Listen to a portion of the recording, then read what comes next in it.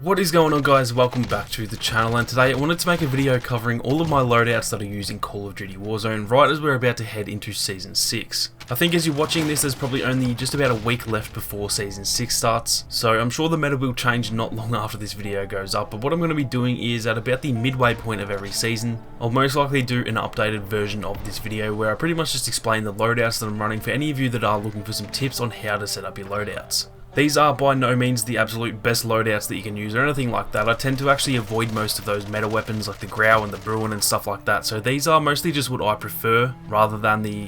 the best loadouts that you should definitely be using at all times type of thing, so just bear that in mind. Now, before I get into any of the actual weapons, I'm going to explain 1, how I lay these out, as in what order I have them in and all that type of stuff, and then 2, the perks and grenades and all that kind of stuff, as they're essentially all the exact same. And then once I've covered that, I'll get into the most important part, which is of course the weapons. So getting stuck into it, of all the 10 classes to choose from, the first 5 here are all for Warzone, and then the bottom 3 are as well, and then I just have 2 classes in the middle which are pretty much just for multiplayer whenever I'm trying to level up weapons or get camos or whatever, so I won't even bother covering those 2 middle ones in this video. These top 5 all have the exact same perks and the exact same tacticals and lethals, so I'll cover these 5 before touching the bottom 3. For these classes, the perks I run are the EOD perk in the first slot, which just helps save a bit of damage from explosives, which is obviously super important in Warzone with all the C4 and the RPG spam. In the second slot, I obviously run Overkill, which allows you to get 2 primary weapons rather than just 1 weapon and then a pistol or a launcher or whatever.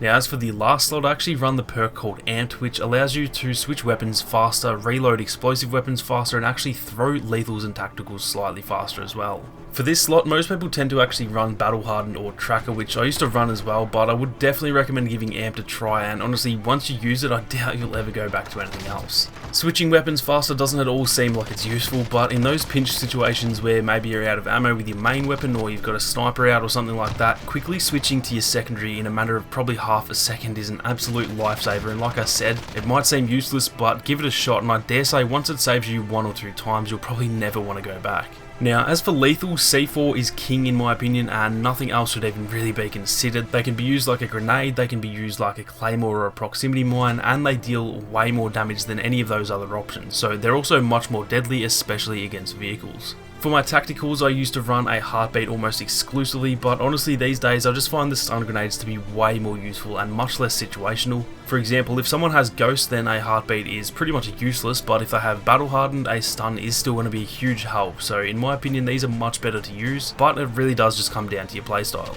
For me, I'm a bit of an idiot in this game and I just tend to absolutely send it more often than not to my own death, so if you're a bit slower, sort of a safer type of player, then heartbeats are definitely still a great option, and hell, even if you do send it, there's still a great option too. I personally just prefer having those stuns to help out in a pinch because, like I said, at a certain point in the game, pretty much everyone is going to have Ghosts, which kind of makes the heartbeats obsolete at that point onwards. So that's all 5 of those first classes covered in terms of the perks and grenades and stuff, but as for the bottom 3, these ones are definitely a little bit different. The very bottom one I have is my Ghost ammo class, where I run Ghost as well as an AR and a pistol, which both have fully loaded, meaning when I get this class, I get full ammo for both my AR and SMG at the same time, so I can go from having 0 bullets to having like 400 plus bullets just from getting this class, which is an absolute lifesaver. I then have a Ghost sniper class, which has fully loaded on an HCR, and then I actually run a heartbeat on this one, just so that I do have the option to get a heartbeat if I ever need one, but more often than not I actually just pick up my stuns from the previous class anyway. Then I have a restock SMG class, and this one replaces Ghost with restock, meaning my stuns and C4s actually regenerate every 50 seconds. If you're playing with a squad and you don't feel like running Ghost, this is a great alternative as you can just constantly get those stuns when you need them. There's nothing worse than being in a tight situation late in the game with no lethals or tacticals, but with this perk you'll never have to worry.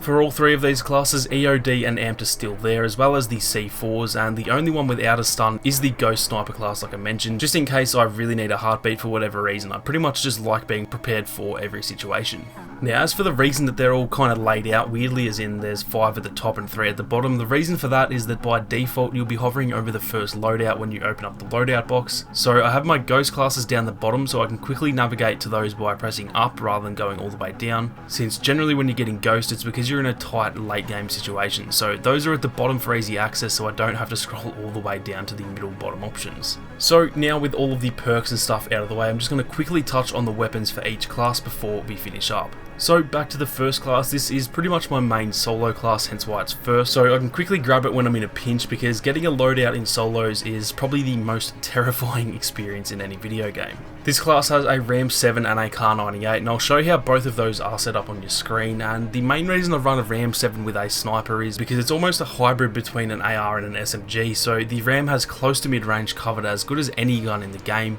And then the Kar 98 is obviously really good for that sort of aggressive mid to long range sniping. So these two just tend to work really well together, and this is probably my favourite overall loadout in Warzone. The next class is an MP5 and an HDR, and this is a pretty similar sort of setup to the previous one, when I want to maybe focus a bit more on faster movement and close range gunfights, but then that HDR is still there to cover any long range fights that I get into. Now, in all honesty, I don't really use this one all that often. It's mostly just there because I can never sort of choose whether I like the Kar 98 or the HDR more, so I like to just have both there as an option, and the MP5 is probably just one of my better weapons in the game, so I love having that one there as well. The next loadout has a Kilo 141 in combination with an MP7, and this is what I consider to be my sort of absolutely centered class. No sniper, just purely focused on close to mid-range with both weapons. The Kilo is pretty decent at range too, so you can get in some longer range gunfights with it, but it is definitely strongest at that sort of mid-range when your MP7 is just out of range to be at its best. So like I said, this is the class that I pick when I just really want to sort of go